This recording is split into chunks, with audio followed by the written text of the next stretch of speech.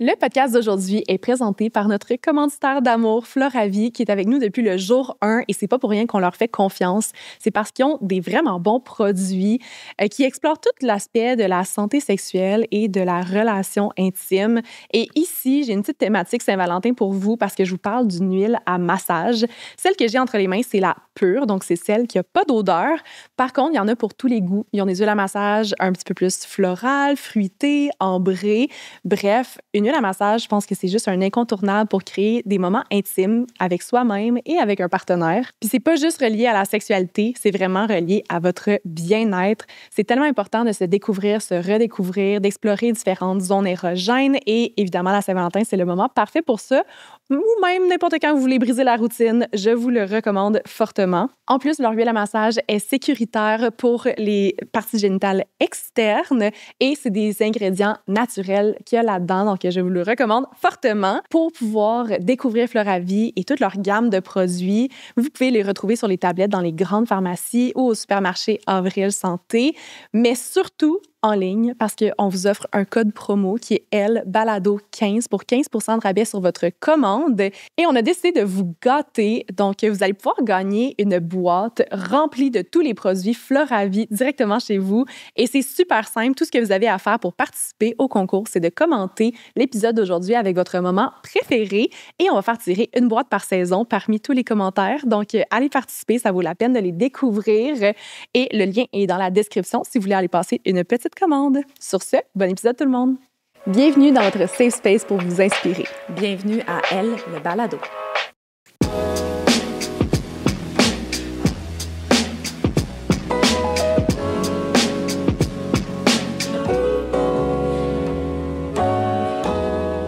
Allô Sonny! Salut!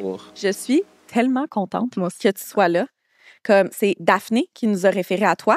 Et là, turns out, puis je pense que je t'avais dit, mais raconte l'histoire, c'est drôle. Turns out, OK, je suis en train de texter Daphné un soir, puis tu me mettre en contact avec Sonny. Elle me texte tes coordonnées, genre 9h30 le soir. Trop tard pour t'écrire. Je m'inscris au CrossFit le lendemain matin. Tu es dans le cours. Absolument. Je vois ton nom dans la liste des participants et on a fait une petite balade en revenant du CrossFit en se parlant. C'est quoi les chances? Mais c'est full circle et la vie voulait que Sonny soit le premier homme officiellement au balado! Yeah! Effectivement. Comme je disais tout à l'heure, je prends ça avec humilité et une dose de responsabilité. Mais t'es pas le seul de cette saison-là.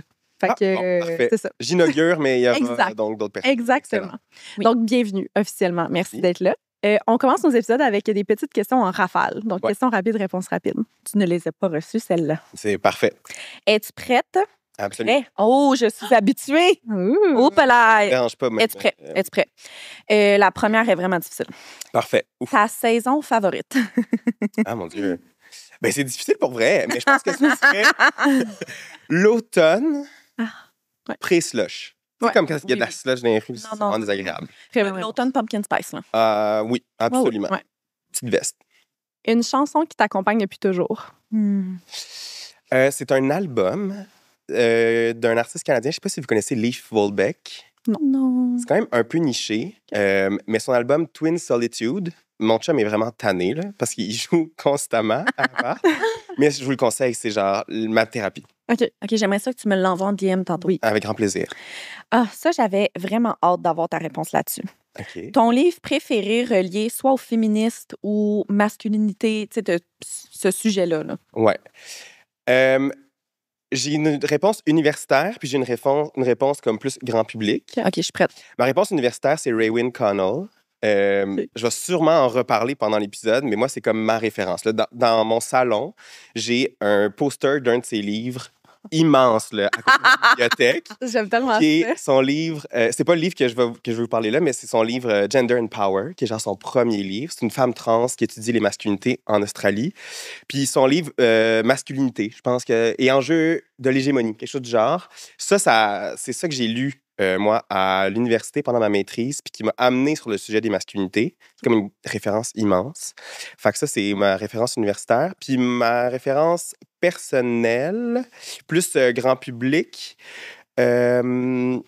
Ben, j'aime beaucoup le dernier de Francis Dupy-Déry, qui est homme féministe, allié, poseur. Ouais.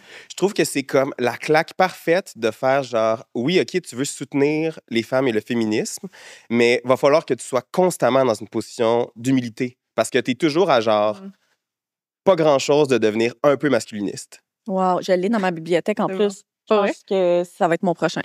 J'adore. Très bonne réponse. Là, ça me tente juste de comme imprimer plein de livres en grand format puis des Oui, mais faites ça. dans des cadres. C'est tellement beau. nice. Ouais, absolument, je le conseille. Si tu n'étudiais pas en sociologie ou par rapport aux masculinités, Ouais. en quoi tu étudierais? Ben, c'est ça l'affaire, c'est que j'ai quand même un parcours varié. Moi, j'ai fait technique de travail social. Ah! Ouais, à Rouyn-Noranda, parce que je viens du Témiscamingue. Mm.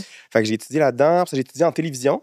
OK. Ouh! Ouais, parce qu'en plus de mes études, je travaille aussi dans le milieu de la télé un peu. Fait que, T'as l'air d'un gars de télé. ben, j'essaie de mélanger un peu les deux. Je pense que c'est des choses qui peuvent se Ça compléter fait d'une certaine façon. le look un peu en télé montréalais. Là. Ah bon, écoute. C'est ça. Fait que, ouais, quelque chose du genre. Là. Je l'ai déjà fait un peu, ouais. Parfait. Télé. Là, avant qu'on plonge dans tout ça, là, Ouais. la question qui est souvent la plus difficile qu'on pose au podcast, c'est qui es-tu, Sonny Carpentier? Oh my God. Je te le dis, ça, c'est la plus tough pour vrai. Là. Je blaguais avec ma saison de tantôt, là, Ok. mais Euh, ça peut varier de jour en jour. Hein? un humain en construction, en cours. Tu sais, comme un. Puis je serai jamais achevé, je pense. Ouais. Puis ça, c'est correct, tu sais. Oui. Mais je pense que, ouais, ces temps-ci, plein d'affaires qui se passent. Tu sais, je vais commencer le doctorat bientôt. Ça fait en sorte aussi que je vais avoir moins de temps pour le reste. Fait que je suis un peu dans mon inquiétude du vide en ce moment. Ça me rend mal à l'aise, inconfortable. Fait que je suis un peu dans ces eaux-là. Sinon, je pense que je suis un ami à l'écoute. Oh. Ouais, je pense que c'est quelque chose qui me valorise beaucoup. Mm. Ouais. Très intéressant. Puis pour les gens qui ne te connaissent pas, tu veux-tu nous faire une petite présentation de pourquoi tu es ici aujourd'hui? Mettre là? en contexte. Les gens ont lu le titre de l'épisode et la description, donc Oui. devraient le savoir, mais un petit peu ton parcours relié au sujet qu'on va aborder aujourd'hui. Ben, aujourd'hui, on va parler de masculinité au pluriel, parce que c'est important comme distinction. Puis, en fait, à quel point c'est... En fait, c'est un sujet qui s'inscrit dans les études féministes. Moi, je suis dans les études féministes. Yep. Je suis inscrit là-dedans. Puis pourquoi on parle de ça? Ben, c'est nécessaire, en fait. On est rendu là, je pense, de réfléchir à comment la domination masculine se perpétue pour ensuite l'arrêter, évidemment, pour essayer d'en sortir.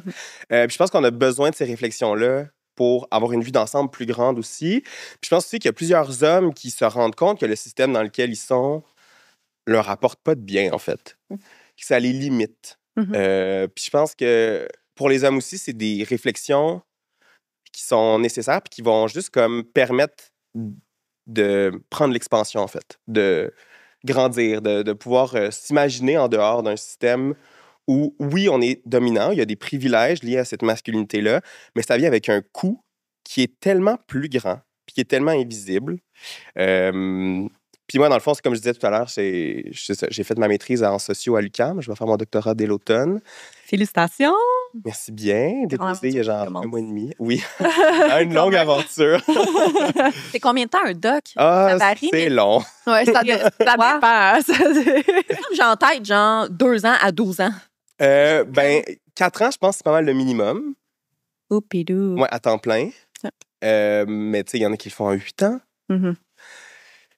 Moi, je me donne plus de temps.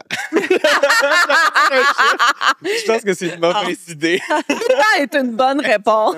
5-6 ans, on verra. Ouais. Ben vraiment un beau parcours. Puis moi, je pense que ça va être un de mes sujets préférés à aborder parce qu'on aborde beaucoup d'enjeux féminins de tout et partout, mais au final, le sujet des masculinités, ben c'est le core. Puis Super lié. on adore notre communauté de femmes engagées qui écoutent le balado, qui s'éduquent, qui sont inspirées de ça. Mais moi, je suis la personne qui jase avec les gars dans les commentaires. Most of the time. Ah, on voudrait saluer Sylvain cette semaine qui nous disait que notre podcast était vraiment inutile. Ah non, mais Merci Sylvain. et tous les gens qui sont anti-avortement et qui, tu sais, bref, il y en a vraiment beaucoup. Donc, je leur dédicace cet épisode. Je pense pas qu'ils vont l'aimer. Non, mais C'est correct. Moi, je vais l'aimer. s'ils peuvent avoir une prise de conscience, Ouais. c'est l'idéal. Après ça, on prend pas la responsabilité d'éduquer tous les hommes de ce monde, mais ça peut aider. Mhm. Très cool. Merci. Donc, là, aujourd'hui, je vais peut-être regarder, ou on va peut-être regarder un peu plus nos questions, ce qu'on fait pas normalement. Mais moi, je suis très humble en disant que c'est pas du tout un sujet qui est dans ma palette, là, dans le sens, j'ai pas lu beaucoup de livres On n'est encore pas des là. hommes. On n'est pas des hommes. Mhm. 2, je En me suis toute pas humilité, de notre côté. Ouais. On est on est des femmes, on est féministes, on a notre réalité, mais on n'est pas des hommes. Fait qu'on sait pas. Oui, puis checkpoint, genre, on veut s'éduquer là-dessus, on ne le sait pas. Et c'est pourquoi tu es ici, juste pour notre propre knowledge. Je vais faire Non, le mais- saut sur rien. C'est un système non. que vous connaissez Ben très oui. bien. Ouais, hein? Moi, je suis convaincue de ça. Je suis pas stressée. Vas-y, Marie. C'est quoi l'étude féministe des masculinités? Tu sais, si on regarde l'ensemble, là, des fois, si je suis comme trop technique, vous me le dites, OK? Parfait. Mhm. Puis aussi, je voulais faire ce petit disclaimer-là au début. Là. Mhm. C'est un sujet qui demande immensément de nuances. Mhm. Puis je vais essayer d'en mettre un peu partout. Mais je voulais quand même le dire. Puis des fois, ça peut être inconfortable pour moi, puis pour peu importe qui écoute. Mais je pense que le but, c'est d'avoir une vue d'ensemble, tu sais, de ce système-là, du patriarcat. Mais c'est quoi l'étude féministe des masculinités? Bien, si on regarde l'ensemble des sciences sociales, même des sciences naturelles aussi, on pourrait dire que ça part toujours des hommes. Tu sais, on le sait, de plus en plus, on se rend compte qu'il y a des études qui n'ont pas été faites sur des femmes, que ça change même leur santé physique, mentale, etc. Mais si on regarde la science qui a été faite sur les hommes, c'était sur les hommes de manière comme si c'était neutre, en fait. C'était pas les hommes en tant que construits socialement. C'était comme l'homme, tu sais, on a souvent cette idée-là, on le sait depuis les études féministes des années 70, là, je ne vais pas mansplainer le féminisme à personne, là, mais comme on part quand même de là. La femme, on s'est rendu compte qu'il y avait une idée qu'on biologisait la femme, que donc elle était comme nature, puis elle était donc faite pour avoir des enfants, puis c'était un cadre qui était super limitant. Puis c'est quand on a décidé de sortir de ça, puis d'étudier la femme pour, ben elle a été construite socialement. Ça, c'est une idée qu'on a fait de ce que c'est une femme. Ben, un peu plus tard, surtout dans les années 90, mais ça vient aussi des années 70, on a fait ça avec les hommes. On s'est rendu compte de comme, hey, les hommes sont pas juste comme neutres, sont pas juste comme là, sont aussi construits par ce système-là. Tu sais, le patriarcat a construit une idée des femmes, mais il construit aussi une idée des hommes en tant que dominants dans ce système-là, mais c'est quand même construit, tu sais. Ben oui. Le genre est une construction sociale. Là, Absolument. À 100 là, qu'est-ce que ça signifie d'être... moi, j'ai mon point que je pense que plus tard, dans pas si longtemps, il n'y aura plus de genre. Là. Comme dans le sens où on va plus savoir genre exactement ce que... En tout cas, le genre n'existera plus. Et voilà. Ça faisait longtemps que tu l'avais mentionné, je pense que c'est important. C'est l'ultime projet queer, disons, ou même féministe matérialiste, entre autres, mais et de tout le monde qui s'identifie femme et homme, là, dans le sens qu'on n'aura plus besoin de s'identifier à un construit social. Genre, ce sera plus pertinent de dire, genre, je suis une femme, donc je suis une femme, donc je suis comme ça. Je suis un homme, donc je suis comme ça. C'est qu'en ce moment, le genre est tellement identifié à des normes que comme on a besoin de savoir où est-ce que tu cadres, mais plus on travaille vers ça, de comme justement enlever ces normes-là et de comme permettre plus de fluidité, ben ce sera plus pertinent de savoir c'est quoi le genre, ou même le sexe de la personne, là, dans le fond, là, parce que c'est strictement biologique. Oui, puis si un jour on arrive à ce grand projet, on va éliminer un système de domination qui est comme immense, tu sais, parce que l'étude des masculinités, c'est ça, c'est de positionner l'homme en tant que dominant, puis c'est se demander qu'est-ce qui fait en sorte qu'il le devient. Parce que, bon, on connaît là, la phrase de Simone de Beauvoir, les femmes ne naissent pas femmes, c'est ça? Ah, mon Dieu. Ah, mon Dieu, non, mais tu peux pas me demander ça, là. C'est donc bien gênant. Genre, commence pas à me quizer sur des Mike de Simone de Beauvoir. Mike s'en vient. non. Mais non, mais t'es en le pinpoint. Reviens-nous plus tard. Moi, je suis comme, je n'ai jamais cité On ne Simone naît de pas Beauvoir. femme. Ah, mon Dieu, j'ai chaud, là. OK. On sera pas là pour... OK, parfait. Bref, l'idée, c'est on ne naît pas femme, Parfait. on le devient. Ah, voilà, je suis tombée dessus. OK, Mike, on l'a eu finalement. On ne naît pas femme, on le devient. Donc, l'idée, c'est que c'est pas la biologie qui font de nous, qui font de vous des femmes. Non. Puis c'est pas la biologie qui... Ensuite, moi, j'ajoute à ça, on ne naît pas homme, on le devient. Donc, on est socialisé pour devenir des hommes. On ne naît pas dominant. Un bébé homme, il est déjà socialisé là, parce qu'il y a des gender reveals puis plein d'affaires. Ouais. OK, oui. Oui, c'est ça. Mais il n'est pas dominant nécessairement. Non. Donc, nécessairement, c'est un apprentissage. C'est un apprentissage, la domination. Puis moi, c'est ça qui me fascine. C'est qu'est-ce qui, aujourd'hui encore, puis depuis longtemps, constitue cet apprentissage-là? Comment ça continue, puis comment c'est maintenu aussi, tu sais? Ben oui. Parce que là, je réfute, pas de ma pensée à moi, mais de tous les hommes avec qui je me suis obstinée dans ma vie. Parce qu'on s'entend que leur truc à eux, que tout le monde dit, c'est « Ouais, non, mais c'est biologique. » La dominance des hommes parce que dans l'époque des Cro-Magnons, ils chassaient. Puis, c'est comme non, c'est pas social, c'est pas un construit social, c'est biologique et c'est prouvé. Moi, c'est tout le temps ça qu'on me dit. Ouais, ben c'est ça. Ben, oui, absolument. Genre, par où commencer? Bon, comment oui, ben, mais 100%. Mais cette idée-là, c'est l'idée de nature. C'est l'idée que la nature nous constitue. Mm-hmm. Puis, je suis pas en train d'essayer de dire que la biologie n'existe pas. Ça, c'est souvent l'exemple qui sort là, d'une certaine droite ou de ceux qui parlent d'une idéologie du genre. C'est comme, ils veulent détruire la biologie, ils disent que ça n'existe pas. Non, on n'en est pas là du tout. Mais l'idée, c'est que la biologie ne détermine pas nos comportements sociaux. Mm-hmm. Puis ne constitue pas non plus notre chemin, puis qui on devient, puis comment ces sociétés-là nous traitent, tu sais. Fait que oui, les hommes ont l'impression, mais c'est la biologie, c'est la testostérone, c'est tout ça. Mais non, tout ça, c'est du construit social. Puis ta biologie ne détermine pas tes comportements. Puis ne te donne pas un pouvoir supplémentaire. C'est un pouvoir qui est construit, tu sais, puis qui est maintenu. Mm-hmm. Ça, Marilou, j'aimerais que tu fasses un extrait de ça. Oui, moi, je suis en train de planifier mes extraits. 14 minutes 29. 14 minutes 29. Chaque phrase, je commence, ça va être bon. Moi, les gens qui sont académiques, là, je suis comme, ça s'exprime bien. Là, c'est le fun pour les extraits. Reviens-tu vendredi prochain à notre prochain tournage? Ouais. Non, mais je savais que ça allait être un de mes épisodes préférés. Oui, moi aussi. Fait que, tout ça pour revenir à la question de base, c'est nécessairement féministe, cette réflexion-là, de réfléchir que l'homme, il est construit par le patriarcat. Ce système-là constitue qu'est-ce que sont les hommes. Fait que c'est intrinsèquement féministe de réfléchir les masculinités de cette manière-là. Mm-hmm. C'est pour ça qu'il y a une différence entre l'étude des hommes et l'étude des masculinités.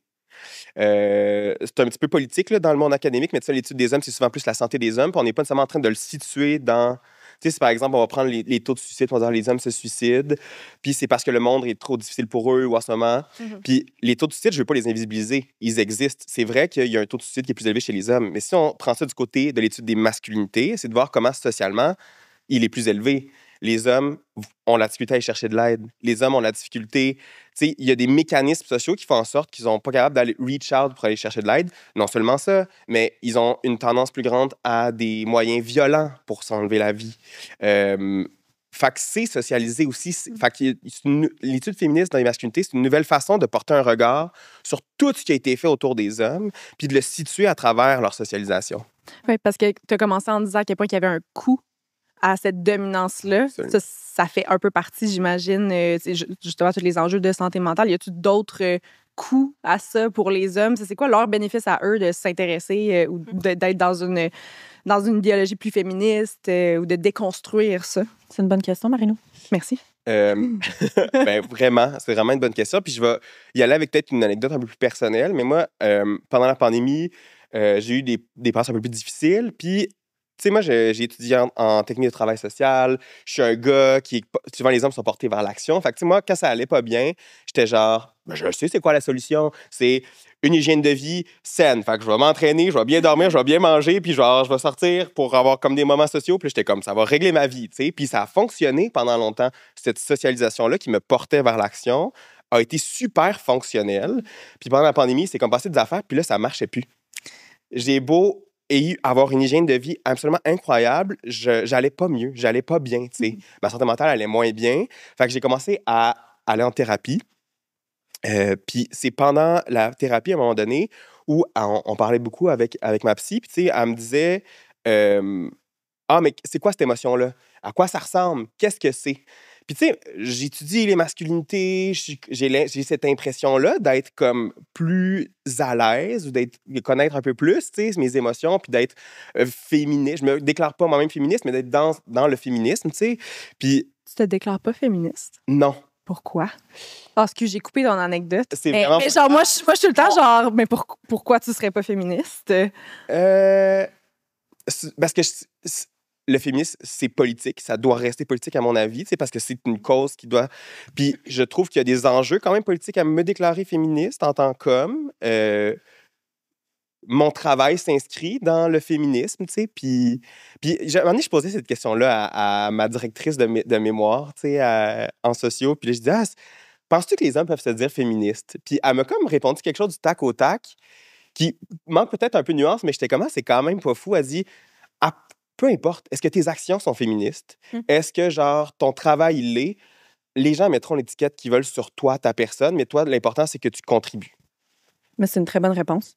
Moi, je trouve que c'est important qu'on se nomme féministe. Mais moi, je pense que les femmes doivent se nommer féministes. Je pense que les hommes, il y a des enjeux. Ah C'est là ma ligne, en fait. J'aimerais tellement ça qu'il y ait des hommes qui se nomment ouvertement et fièrement féministes. Parce qu'au final, c'est comme c'est tout vers la même cause, puis c'est pour l'égalité et l'équité des opportunités chez les femmes et les hommes. Là. C'est pas Ouais, absolument. ça que c'est. Là. Fait que je suis comme, pourquoi qu'on voudrait pas mettre une étiquette là-dessus? Je pense que je comprends la nuance que tu veux mettre là-dedans.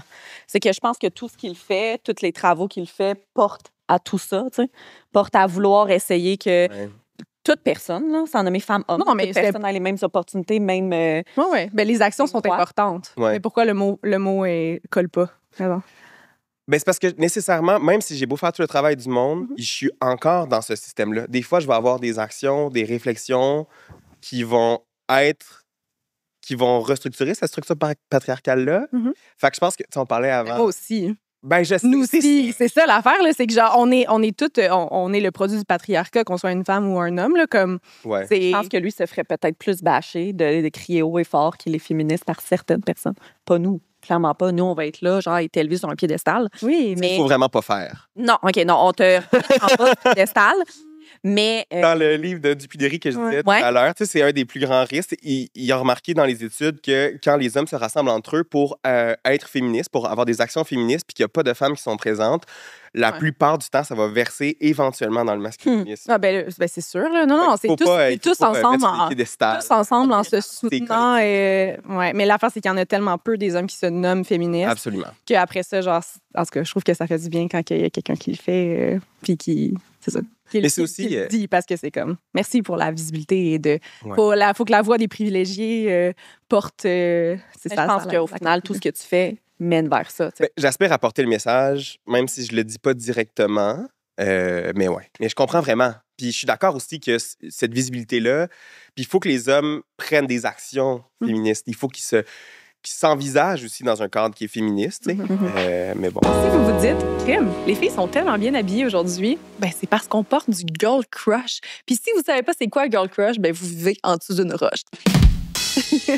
Les outfits de Girl Crush, c'est mes outfits préférés. Ça fait tellement longtemps que vous savez que je supporte cette entreprise, qui est une entreprise qui a pour mission de miser sur l'unicité de chaque femme, d'offrir de l'inclusion le plus possible, d'inspirer et de transmettre des messages positifs. Donc, ça matche parfaitement avec la mission de elle également.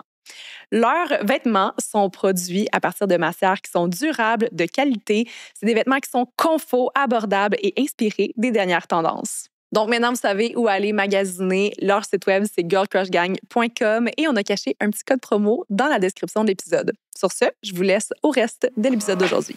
Pour revenir à ta psy. Oui, c'est ça. Avec ma psy, tu sais, puis on travaillait beaucoup. Puis là, elle me demandait, c'est quoi cette émotion-là? Où est-ce que c'est présent? Puis je me suis rendu compte que j'avais pas accès. Je le savais pas. On m'a pas enseigné à comprendre ces émotions-là, à les ressentir, tu sais. Puis à ce moment-là, avec les études que je fais, j'ai comme fait ces liens-là, puis j'ai fait... On m'a enlevé ce droit-là. Ce système-là, patriarcal, qui me demande constamment d'être dans l'action, d'être dans la réussite, dans la performance, m'a retiré mon droit de ressentir, de comprendre, d'investir mes émotions, puis d'avoir une intelligence émotionnelle développée. Mais est-ce que ça se travaille, ça? Ça se travaille absolument, mais c'est pas encouragé. Structurellement, on n'emmène pas les hommes à faire ce travail-là. Puis, est-ce que je peux t'interrompre? Puis, encore une fois, je ne connais rien dans tout ça et j'ai toujours peur de dire des mauvaises choses. Mais est-ce que tu serais prêt même à renchérir ça puis à dire on n'encourage pas les hommes et on encourage d'autant moins, ça se dit, les hommes hétérosexuels? Je ferais pas cette distinction tant que ça. Bon, c'est un autre sujet, là, les homomasculinités, on y viendra, mais c'est le même système qui structure. Ouais. Dès l'enfance, là, c'est... Faut pas que les petits gars, ça pleure, puis... Oui, c'est ça. Puis, tu sais, même dans les homomasculinités, donc les masculinités homosexuelles chez les hommes, il y a une injonction quand même patriarcale qui existe, là. Fait que on en rediscutera peut-être plus tard, mais... Fait que bref, je me suis rendu compte qu'on m'avait enlevé ça. Puis j'étais tellement fâchée, là. Puis ça, vous le comprenez, je le sais, là, cette colère-là contre le patriarcat de comme, on me retire la chance d'exister pleinement. J'étais comme, je disais à ma psy, j'ai le goût de mettre le feu dans les rues. Ouais. Genre, je suis tellement fâchée. C'est ça. Ouais. Je pense que Marie-Lou t'a dit exactement cette phrase-là, Mané. Ah oui. Genre, Mané dans un épisode, je suis comme, wow, full circle. Ouais. Fait qu'à ce moment-là, je me suis comme rendu compte de tout ce que cette socialisation-là masculine venait restreindre chez moi, tu sais. Puis la question, c'était comme, quoi d'autre est-ce que ça vient nous retirer? Ben oui, il y a le côté des émotions, le côté aussi d'aller avoir un groupe solide, des liens affectifs, sociaux forts. On sait que les hommes, leur rapport à l'amitié, c'est souvent dans l'action. Ils vont pas s'appeler pour aller prendre un verre puis jaser. Ça va être plus, on va aller jouer au hockey, on va aller regarder la game, on va faire une action ensemble, puis une fois dans l'action ou l'action complétée, là, les discussions vont pouvoir émerger. Fait que, tu sais, on parle souvent des discussions de vestiaire, évidemment, parce qu'on vient de faire une action, on vient de légitimiser notre temps ensemble, fait que là, on va pouvoir discuter, tu sais. Puis ça, c'est si encore les discussions ont lieu, tu sais, souvent, c'est peut-être la surface. Ben c'est ça, moi c'est fou là, comme je regarde tous les hommes dans mon entourage, c'est un classique là, mes amis qui sont comme ah ouais, genre on a su telle nouvelle, ah on a-tu des détails, non, tu sais c'est comme les hommes ils ont vraiment en tout cas les hommes que je connais ont de la difficulté à aller dans des conversations profondes, alors que toutes mes amies, genre, à toutes les fois que je vois une amie, c'est une grande thérapie, là. Je suis comme, mais qu'est-ce que je ferais? Tu sais, qu'est-ce qu'on ferait si à toutes les fois qu'on se voyait, on va souper puis on rentre sur nos traumas d'enfance, là? C'est littéralement ça, toutes mes relations féminines. Fait que je suis comme, mon Dieu, moi, je pourrais pas fonctionnelle sans ça, là. Fait que c'est fou de savoir que... Mais c'est un autre des coups de la socialisation masculine, c'est la curiosité. Ça nous retire notre curiosité parce que quand on arrive sur des terrains, peu importe la discussion, les actions, il faut être bon, il faut être performant. Si on n'est pas performant, on va les éviter. Si on ne sait pas quelque chose, on va changer de conversation. On va essayer de légitimiser notre présence parce qu'il faut prouver qu'on est bon, parce que sinon, il y a un coût à ça aussi. Fait que les hommes sont moins curieux parce qu'ils ont l'impression quand ils arrivent sur un nouveau sujet, ils doivent être connaisseurs pour avoir le droit d'y exister. Puis aussi, poser des questions, c'est vulnérabilisant. Dans ma recherche de maîtrise, je demandais beaucoup aux hommes dans quels espaces vous vous sentez suffisamment masculin, puis dans quels espaces vous vous sentez pas suffisamment masculin. Pourquoi? Parce que les masculinités, pourquoi c'est au pluriel? C'est pas juste parce qu'il y a plein de types qu'on incarne, c'est que notre masculinité va changer selon... Moi, je peux incarner 20 masculinités dans ma journée. Selon le lieu où je suis, je vais... tu sais, on parle souvent de... Comment on appelle ça, là? Le fait de mettre des masques là, de code switching. Okay. Du code switch. Comme par exemple, si moi je suis homosexuel, j'arrive dans un milieu qui est super hétéronormé, ben, je vais comme peut-être deepen my voice. Puis genre... Mais ça, c'est du code switching aussi masculin. Okay. Fait que les hommes aussi vont adapter leur masculinité. Un exemple vraiment concret de ça, c'est que les femmes dans des relations hétérosexuelles vont dire « Ah, mais mon chum il est vraiment différent avec ses amis que quand il est avec moi. Ben oui! Oui, c'est sûr. C'est sûr, parce que en ta présence, seul dans un couple, il a l'espace pour exister, puis pour être plus vulnérable. Puis non seulement ça, si on le prend d'un point de vue féministe peut-être plus politique, il est nécessairement dominant, parce qu'il est le seul homme en présence. Tandis que dans sa gang d'amis, les jeux de pouvoir, c'est constant. C'est tout le temps de devoir... C'est ça le jeu de la masculinité. Et là, je change. J'adore, continue. Non, sans arrêt. On est fluide dans cette conversation. Le jeu de la masculinité, c'est de reprouver constamment qu'on est suffisamment masculin. Pourquoi? Parce que quand on ne l'est pas suffisamment, la réponse, elle est violente. Le jeu de la masculinité, c'est un apprentissage par la violence, par l'humiliation, par la honte. Puis c'est pas des grosses... Tu sais, oui, quand on est jeune, on peut prendre des trucs très clairs, peut-être un peu stéréotypés, mais tu sais, quelqu'un qui est pas assez masculin va faire rire de lui, il va peut-être même... Il va y avoir de la violence parfois physique même qui va être associée à ça. Mais moi, si on regarde juste les blagues, « Ah ouais, tu portes ça, cette couleur-là? Ah ouais! » Puis là, c'est comme...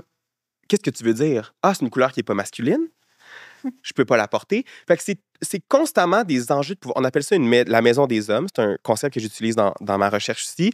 Donc, des lieux dans lesquels la masculinité, on parlait d'apprentissage puis de maintien. Bien, la maison des hommes, c'est un lieu de maintien de masculinité. Dès qu'un autre homme entre dans la pièce où je suis, il va déjà y avoir un espèce de jeu de est-ce que je suis seulement masculin? Moi, je vais peut-être changer dépendamment de ce que je vais percevoir ou pas.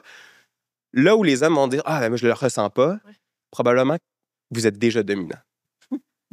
Si vous êtes blanc, hétéro, Ouais. en forme, jeune, riche, évidemment que vous ne sentez pas ça. Vous êtes déjà dominant dans la plupart des espaces dans lesquels vous êtes. Là, moi, je vous dirais, allez dans un espace où tous les gens vous ressemblent. Est-ce que vous avez l'impression que vous avez quelque chose à prouver? Ou est-ce que vous êtes en mode défensif? Parce que les hommes sont en mode défense. Moi, je le suis souvent. Tu sais, je vais arriver quelque part, on s'est rencontrés au CrossFit. Quand je suis rentré dans ce lieu-là, j'étais genre vraiment une version amoindrie de ma personne. J'étais comme plus calme. Dans ma recherche aussi, il y a un autre homme qui disait moi, quand je vais au gym, je suis plus stoïque. Le stoïcisme associé à la masculinité, parce que les femmes sont émotions, les hommes sont stoïques. Donc, il performait cette stoïcité-là pour pas être agressé, pour pas être. Fait que, Je fais la même chose. ben oui. Au gym, je vais performer, pas comme si je faisais ça au gym, mais quand j'allais au gym, tu sais, j'ai pas le choix d'être stoïque. Genre, si j'ai. Puis surtout que je suis dans un environnement où est-ce que c'est majoritairement masculin, Ouais. fait que je suis sur la défensive. Fait que, tu sais, je vais être. Ou mettons que je marche dans un lieu public, je vais être super sérieuse, genre, face de bœuf, genre, ne me dérangez pas. Tu sais, je suis pas en train d'être comme approchable Mhm. pour justement, comme. Tu sais, être sur la défensive. Ben, ça, c'est super intéressant. Puis il y a des travaux qui ont été faits là-dessus d'une perspective un peu plus queer de la masculinité. C'est Jack Halberstam, que je nomme peut-être mal, qui est un homme trans, qui a fait de la recherche sur le concept de masculinité féminine ou de féminité masculine. Ouais. Je pense que c'est masculinité féminine. Puis c'est cette idée-là que dans un système où c'est un rapport de pouvoir dominant-dominé, le dominant, c'est le masculin, c'est l'homme, le dominé, c'est le féminin et la femme, malheureusement. On s'entend que c'est pas ça qu'on souhaite, là. Mais c'est Non, une lecture. C'est la réalité, là. Ben, c'est ça, malheureusement. C'est ça qu'on fête.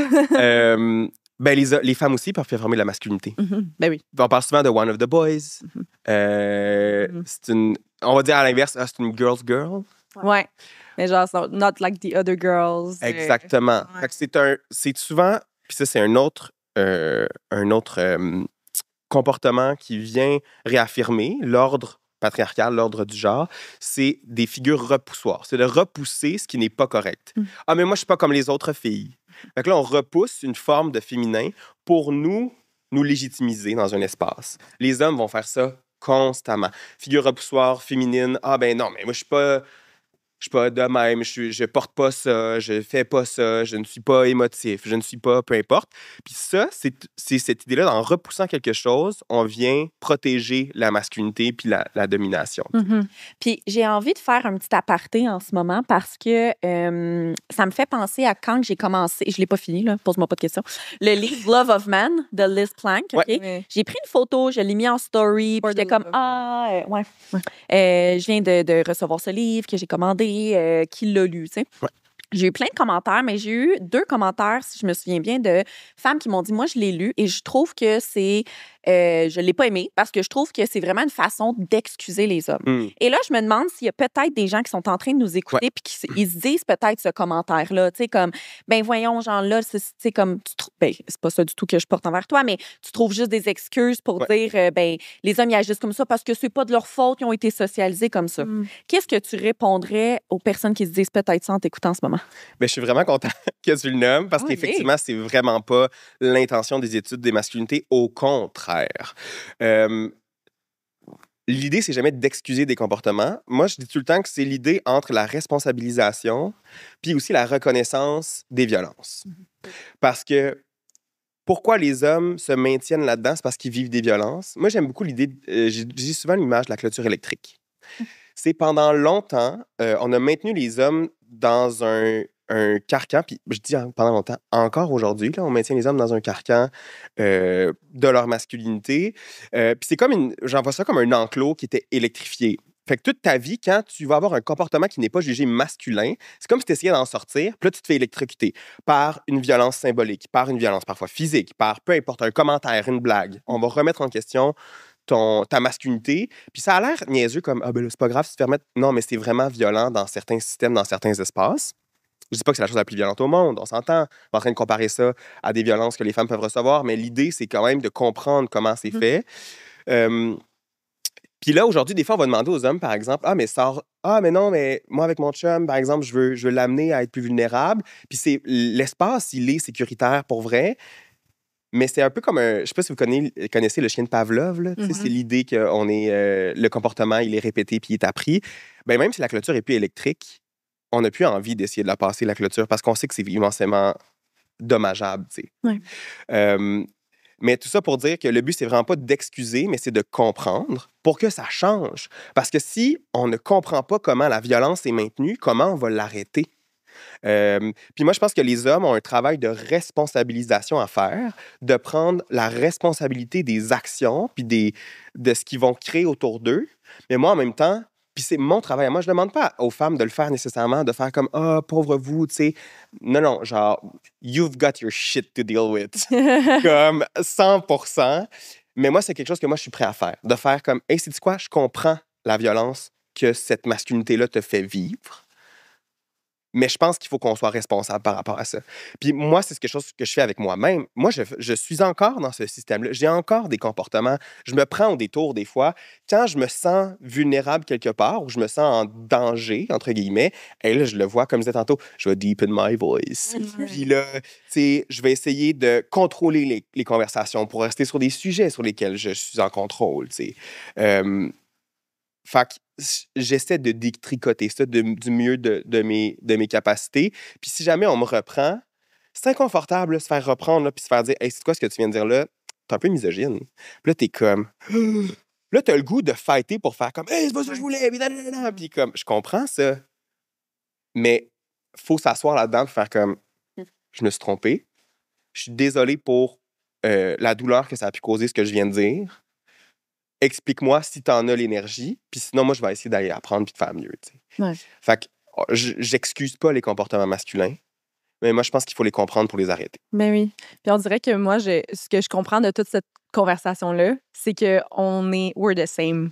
Parce que comme tout ce qui est réprimé chez l'homme, c'est réprimé chez la femme aussi. Dans le sens que comme, c'est justement le one of the boys, etc. Ouais. Moi, j'ai l'impression que plus je vieillis, plus j'apprends à m'accepter, puis à comme, tu sais, je sors de ma zone de confort activement pour être confortable avec ma féminité. Je suis en entrepreneuriat, de porter quelque chose qui est féminin, d'agir de façon féminine, de pas essayer de tout le temps masquer, puis d'essayer dans un groupe de personnes, d'être... En tout cas, bref, mais je pense au final, on se fait reprocher la même chose. Je pense que, socialement parlant, on réprime les comportements féminins, que ce soit d'une femme ou d'un homme. Absolument. C'est ça que c'est, tu sais. C'est ça le système patriarcal. On est tous dans ce même système-là. Oui, c'est juste ce qui est poche, c'est que nous autres, on est des femmes. Donc, c'est sûr que la féminité, tu sais, on est comme là, c'est pas mal, on est comme ça, là. Fait que t'essayes de faire valoir, en fait, la féminité. On essaie de faire valoir la féminité à un plus large public au lieu de la réprimer, là, puis d'essayer de copier un peu les comportements masculins. C'est drôle parce qu'on dirait depuis tantôt, je pensais pas en parler, mais ça me fait penser à quelque chose hier. Je n'aimerais pas. On a eu un meeting avec quelqu'un hier, Marie-Lou et moi. Et après le meeting, je me suis comme surprise à me remettre en question sur comment j'avais géré le meeting. Puis je pense que c'est souvent comme ça que je gère des meetings avec des hommes, que j'essaie d'être... Tu sais, j'étais comme plus sérieuse, puis j'étais plus du tact au tact, puis j'étais pas comme dans nos meetings ensemble, quand on a des meetings avec des filles, que je suis comme « Allô, comment ça va? » Là, j'étais comme « Moi, je veux ça, puis je veux ça. » Puis je me suis surprise à comme vouloir un peu brimer ma féminité, puis j'y ai repensé après.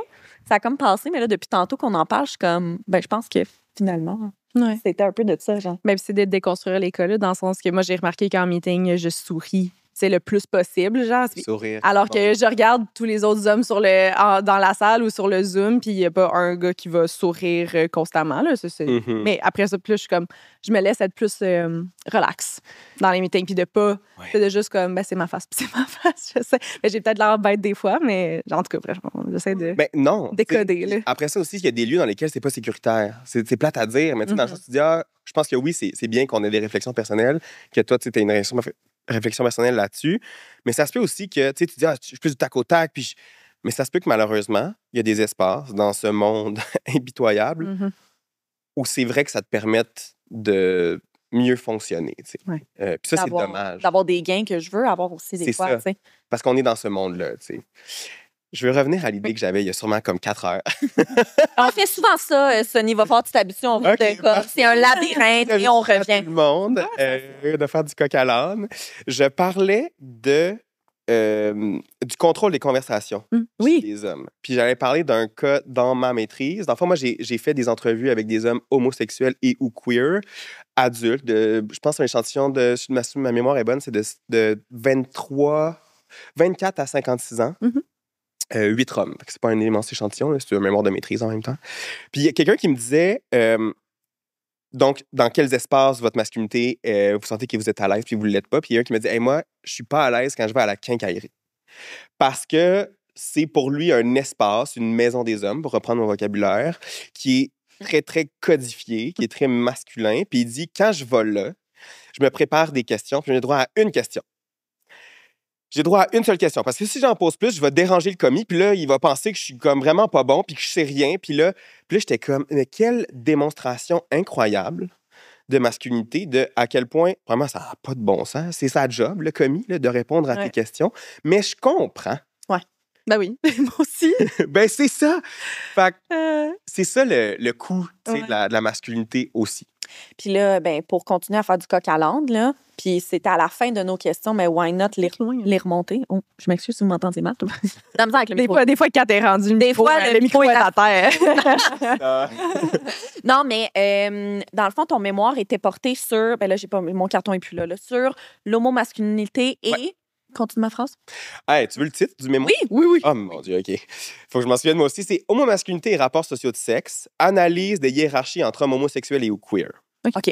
Et pourquoi t'es-tu intéressé à ça? Qu'est-ce que ça veut dire? Qu'est-ce que ça l'implique? Là, je sais que je te demande de faire ton mémoire en dedans de 6 phrases, là, mais... Ah, regarde. Bon. Il faut que je structure ma pensée. En fait, j'ai toujours voulu travailler sur les masculinités, évidemment, sur la domination masculine pour la comprendre. Puis comme je disais tout à l'heure, c'est l'apprentissage de cette masculinité-là qui, moi, me fascine. Le mémoire, c'est comme un projet de recherche qui est quand même plus petit. Puis il faut vraiment être précis dans ce qu'on veut étudier, même que je n'ai pas été assez précis, puis ça me bite in the ass à la fin. Mais c'est correct, je suis quand même fière du travail que j'ai fait de cette recherche-là. Mais puis je trouvais ça vraiment pertinent, cette idée-là. On a souvent l'idée que les hommes homosexuels vont être des alliés de la cause féministe.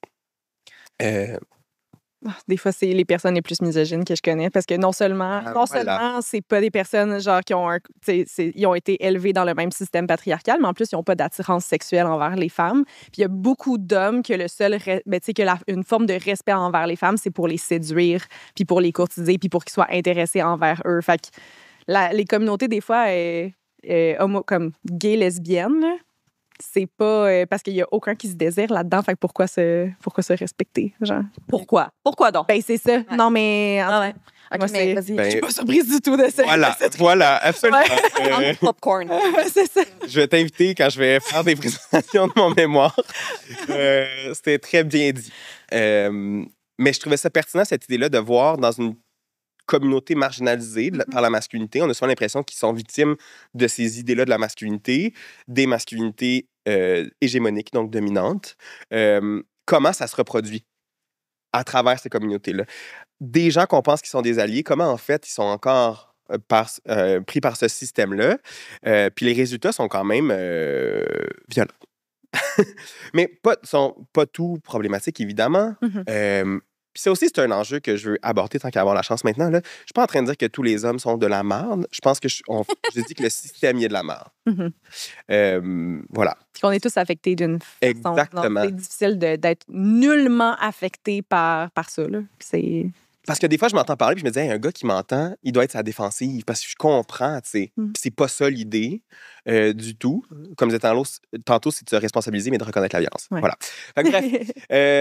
Puis comme les résultats de mon mémoire, ben en fait, on parle souvent d'homophobie internalisée. C'est quelque chose qui est vraiment revenu souvent dans ma recherche. Moi, avec le cadre théorique que j'utilise, qui est un cadre féministe matérialiste, qui a certains enjeux, là, le féminisme matérialiste, mais que quand même, je l'ai choisi parce qu'il y a plusieurs auteurs qui fonctionnaient. Bref. ça a pas vraiment de valeur, l'homophobie internalisée. Parce que, premièrement, c'est comme un petit peu psychologisant, parce qu'une phobie, c'est une peur irrationnelle. Je pense pas qu'il y a des homosexuels qui ont une peur irrationnelle des homosexuels. Je pense pas que ça n'a de sens. Je pense que ça dépolitise l'enjeu de parler d'homophobie internalisée, puis c'est pour ça que moi, je parle de misogynie, comme tu viens de dire. Exactement. Parce que qu'est-ce qui dérange? Quand ils parlent d'homophobie internalisée, qu'est-ce qui dérange? C'est des hommes qui performent une féminité plus grande, qui vont être extra, qui vont être flamboyant, comme on dit, tu sais, dans le milieu. Fait que c'est souvent ramené à cette idée-là de féminin versus masculin. Puis c'est quand les hommes homosexuels sont féminins que ça dérange à l'intérieur de la communauté. Et ça, des exemples, il y en a des tonnes. Sur les réseaux de rencontres, on va voir masc for masc. Ça veut dire je suis masculin, je cherche quelqu'un de masculin. No femme. Personne de féminin. No Asian. Parce que là, ça aussi, c'est quelque chose d'important. Le patriarcat est entrelacé avec le racisme. Ben oui. Constamment. Puis C'est les tellement hommes, triste, là. je sais. On dirait que depuis tantôt, je suis comme, wow, je voudrais que tu me parles pendant des heures, mais en même temps aussi, genre, j'ai envie de pleurer pendant des heures. Ben, il a dit que ça allait être que ça pouvait être inconfortable et Mais c'est confrontant. inconfortable, le fun en même temps. Je sais pas comment le dire. Ben, c'est juste qu'on on met l'homme blanc et cis hétéro sur un piédestal depuis toujours. Fait que c'est sûr qu'après ça, tout le reste est... tu sais, j'allais dire les minorités, mais genre, moi, c'est crazy que les femmes, on est considérées dans des minorités, dans différents milieux, là, mais comme tout après ça, l'intersectionnalité... tout découle de ça. Là. Exact. Ouais. Fait que, tu sais, c'est quoi le racisme envers les hommes asiatiques? C'est qu'ils sont perçus comme féminins. Ils sont pas perçus comme suffisamment masculins, tu sais. Puis ça vient créer une image autour d'eux. Que, tu sais, il y en avait un des hommes dans ma recherche qui était asiatique. Puis, tu sais, il disait, tu sais, souvent, je me fais dire qu'on est des bons bottoms, par exemple. Donc là, petit crash course pour les gens qui connaîtraient peut-être pas, là, mais comme dans le milieu homosexuel, les positions sexuelles sont devenues quasiment des identités. Il y a top, bottom, versatile. Puis ça va déterminer ce que tu préfères dans la sexualité. Puis moi, ce que j'affirme après ma recherche, c'est que ça va pas juste affirmer ça, ça va aussi te positionner sur une échelle du genre. Parce que la figure du bottom, c'est la figure du féminin. Puis le top, c'est le masculin. Puis il y a toute une idée, une identité qui est collée autour de ça. Fait que quand t'es pas suffisamment masculin, on va te présumer bottom, puis on va interagir avec toi comme si t'étais un bottom. J'ai croisé ça avec quelque chose. Là, ça a explosé mon cerveau, OK? C'est très intéressant. Genre, ça, là, quand j'ai lu ce texte, mon cerveau a, genre, ouais, exactement, a pris une expansion immense. Anne-Marie Devreux, c'est une sociologue française qui a étudié les masculinités dans l'armée. Elle a repris une idée qui est la transversalité des rapports sociotextes. Pas obligé de comprendre ce que ça veut dire. Je vais vous l'expliquer. C'est cette idée-là qu'en l'absence de femmes, les hommes reproduisent des femmes ou du féminin symbolique pour rester des hommes. Pourquoi? Parce que pour être dominant, ça prend des dominés. Sinon, T'es pas Ça dominant. sert à quoi? ça sert à quoi? Ça sert à rien. Donc, ce qu'elle a remarqué dans ses travaux, c'est que dans l'armée, les hommes qui étaient plus émotifs, qui étaient plus chétifs, qui étaient plus jeunes, qui avaient des comportements dits plus féminins, qui souriaient beaucoup, peu importe, étaient relégués à cette position-là de femme. Et ça avait des conséquences concrètes, tâches ménagères, pas pris au sérieux. Fait qu'en l'absence de femmes, les hommes reproduisent du féminin pour se reclasser comme dominant. J'en parlais tantôt dans des groupes d'hommes. Ouais, on peut prendre une pause là-dessus. Ça me donne des palpitations cardiaques. Là. Oui, que comme Sonny m'avait dit un petit peu ces phrases-là dans notre petite promenade post-CrossFit. J'avais si hâte que tu en parles. Depuis tantôt, j'étais comme là, je vais pas mentionner ça à travers n'importe quoi. Fou. Je le sais. Mais... Tu sais, quand je t'ai envoyé ça m'étonne, non, mais... Quand je t'ai envoyé le voice memo après notre promenade, que je capotais, là, c'était pour ça, là. Continue. Ouais. Ben, c'est une grosse idée déjà à assimiler. Puis c'est pour ça que quand je parlais que les hommes qui sont entre eux vont se piquer sur du féminin perçu, sur de l'homosexualité, parce que la plus grande figure repoussoire pour un homme, c'est l'homosexualité. C'est de ne pas être hétéro. Fait que souvent, on va dire, t'es-tu gay? Ou ils vont Ouais. porter quelque chose. Je t'expose à un comportement que je vois dans mon entourage. Vas-y. Que les boys de mon entourage, entre eux, quand ils sont ensemble, entre amis, ils ont beaucoup de comportements, genre, homo-érotiques, mettons. Mais ils trouvent ça drôle, mais comme... Bon, c'est systématique, là, genre. Ouais. Ils vont se toucher, ils vont se faire des jokes de gay, mais genre comme de séduction. Tu sais, ils vont genre... ils vont se grow, puis ils vont Des fois, ils se donnent des becs. Ouais. Mais c'est tout non homo, là. Mais Ouais. genre, dans Mais ça, un. il faut le préciser. Ouais, ben, Souvent. c'est comme en joke, Ouais. mais je trouve ça vraiment comme je. Oui, mais 2 femmes amies qui se donnent un bec n'auront pas besoin de se justifier. Mais nous, on fait pas ça. On n'a pas des comportements sexuels, genre, entre. En tout cas, dans mon entourage, Vous à avez moi, une intimité. ben, on a une intimité émotionnelle, Ouais. mais tu sais, je vais pas venir puis te grab ton cul, là. Non, en effet. Ben, Non. sauf que les boys dans mon entourage, ils font tout ça. Mais tu pourrais coucher ta tête sur son épaule. Oui. Oui, puis Mais les- Tu pourrais faire un long câlin. Ouais. Ouais. Mais Les hommes n'ont font pas cette permission-là. Non, c'est ça. Là, on sort de mon domaine d'études. Genre, j'ai pas étudié ça. Mais l'idée que je me fais de ça, c'est que les hommes ont besoin d'intimité. Ont besoin de se sentir proches de leurs amis. Puis on n'a pas la permission de mettre notre tête sur l'épaule longuement, de faire une longue retraite, parce qu'on va être perçu comme homosexuel. Donc, si on fait ça passer sous le couvert d'un jeu Genre, très humoristique, exagéré. c'est la façon d'aller chercher une proximité, tu sais. Puis c'est pas conscient, là, je dis pas qu'ils font ça comme « Hey, je vais lui taper le cul pour pouvoir comme, avoir une proximité avec mon chum de gars. » C'est pas le même, ça marche. Mais ça vient répondre, j'imagine, à un besoin de comme « Hey, on est amis, on a une proximité, on est proche, genre un contact physique aussi. Ouais. Les hommes n'ont pas de contact physique en dehors de l'amour. Mais non, C'est triste, là. vraiment. Puis encore une fois, j'excuse rien, là, mais assoyons-nous avec cette idée-là un peu. Là. Les hommes n'ont aucun contact. Personne ne touche les hommes. Puis je parle pas de sexuellement. Je parle juste d'un réconfort. Je parlais de ça avec ma blonde qui a vécu 6 mois en Inde.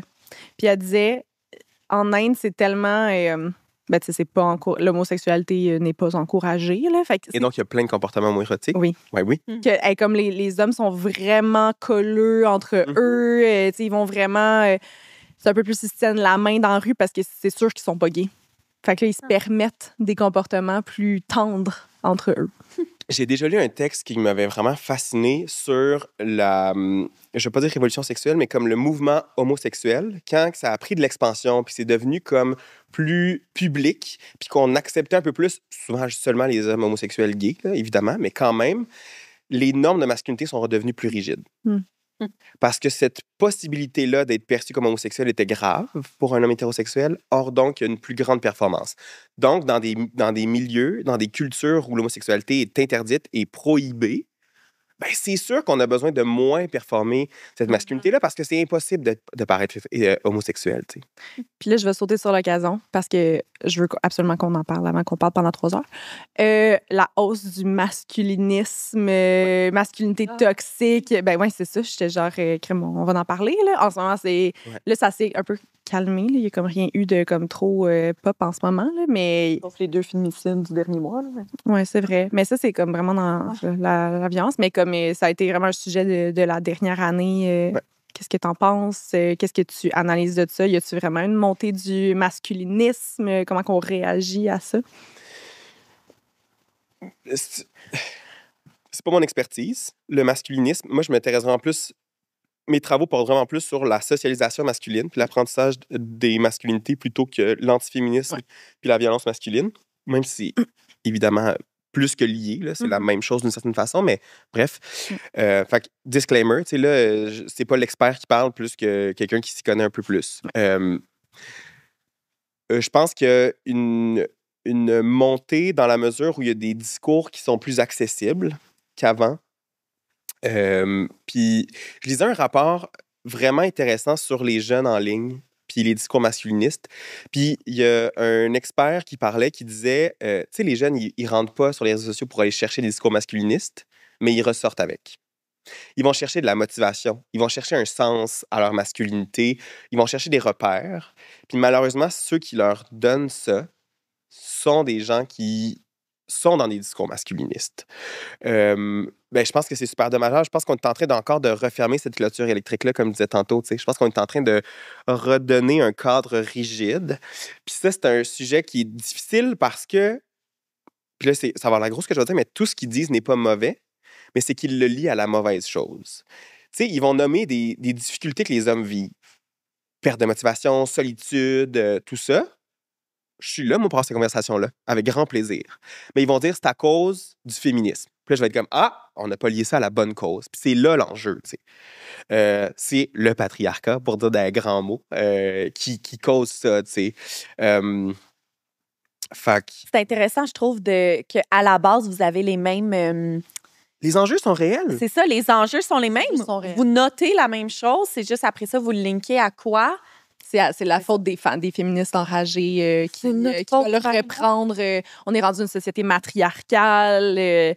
On prend trop de place. On élimine les hommes. On les aime pas. On les haït. C'est vraiment ça qui revient sur les médias sociaux. Là. C'est comme apparemment, on rabaisse tellement les hommes maintenant qu'ils ont comme plus de place pour eux. Donc, la seule façon de reprendre leur pouvoir, c'est d'être violent dans leur comportement et dans leurs paroles.